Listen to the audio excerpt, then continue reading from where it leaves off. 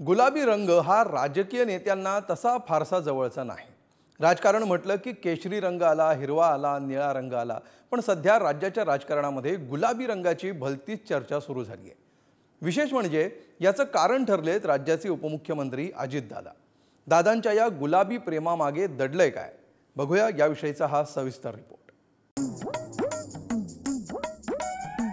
अजितदादा आणि त्यांचं हे गुलाबी जॅकेट, वहिनींनी त्यावर लावलेलं हे पांढरं फूल आणि दादांच्या या गुलाबी प्रेमाची राज्यभर सुरू झालेली चर्चा, हे सगळं बघून पत्रकारांना वाटलं हीच ती वेळ।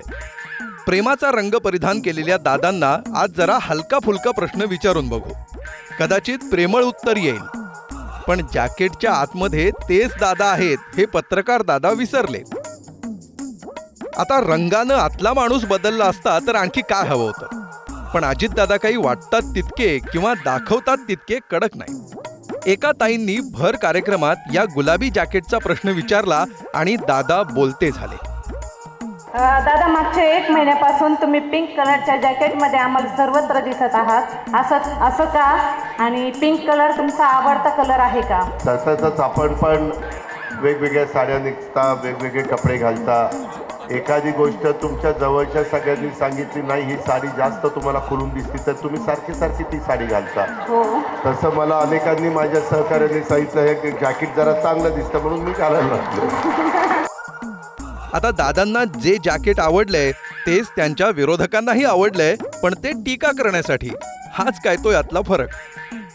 अंगावरच्या गुलाबी रंगापेक्षा महाराष्ट्राच्या जनतेला गुलाबी स्वप्न दाखवण्यापेक्षा महाराष्ट्राच्या भविष्यामधला काळा रंग जो आहे तो हटवण्याकडे आम्हाला जास्त प्राधान्य द्यावंसं वाटतं। मला वाटतं त्यामुळे अंगावर जॅकेट घालण्यापेक्षा महाराष्ट्राच्या भविष्यावर जो काळा रंग लावला जातोय तो दूर व्हावा। तो कुठलाही रंग वापरू दे, लोकसभेमध्ये एवढी लाल झाली आहे त्यामुळे त्यांनी लाल रंग वापरला तर बरा, पिवळा वापरा, हिरवा वापरा, निळा वापरा, लाल वापरा, काही फरक पडत नाही। गुलाबी वापरा, काही फरक पडत नाही। गुलाबी रंग किंवा भगवा रंग किंवा तिरंगा रंग हा काही होत नाही। यातली माणसाचा विचार जो असते ते राज्याच्या आणि देशाच्या हिताचा असला पाहिजे। विरोधी पक्षातल्या नेत्यांच्या प्रतिभेला वाव देणारी ही खरं तर गुलाबी रंगाचीच कमाल आहे। पण अनेकांना पडलेला प्रश्न हा आहे की दादा सध्या गुलाबी का बरं झालेत? फक्त कुणीतरी चांगलं म्हटलं म्हणून की त्यामागेही काही राजकारण आहे? तर याबद्दलची एक नवी चर्चा कानावर येते। मुख्यमंत्री होण्याची संधी भविष्यात मिळाली तरी प्रतिमेमुळे आपण मागे पडू नये असा विचार मनात असावा। त्यामुळे सध्या दादांनी इमेज बिल्डिंग हे मनावर घेतलं आहे आणि नरेश अरोरा यांची डिझाइन बॉक्स ही कंपनी सध्या तरी दादा यांच्या गुलाबी इमेज ब्रँडिंग मागे असल्याची माहिती समोर येत आहे। दादांनी आपल्या इमेज बिल्डिंगसाठी निवडलेली कंपनी सुद्धा काही कमी नाही। डिझाइन बॉक्स ही नरेश अरोरा यांची कंपनी आहे। मूळची दिल्लीची असलेली ही कंपनी राजकीय नेत्यांच्या डिजिटल इमेज बिल्डिंगचं काम पाहते। उत्तर भारतातल्या काही मोठ्या नेत्यांसाठी या कंपनीनं काम केलंय। कर्नाटकात डी शिवकुमार यांच्यासाठीही कॅम्पेन केलं, त्यानंतर काँग्रेससाठीही काम केलं। दादांच्या या गुलाबी ब्रँडिंग मागे अर्थातच महिला मतदारांना टार्गेट करणं असू शकतं।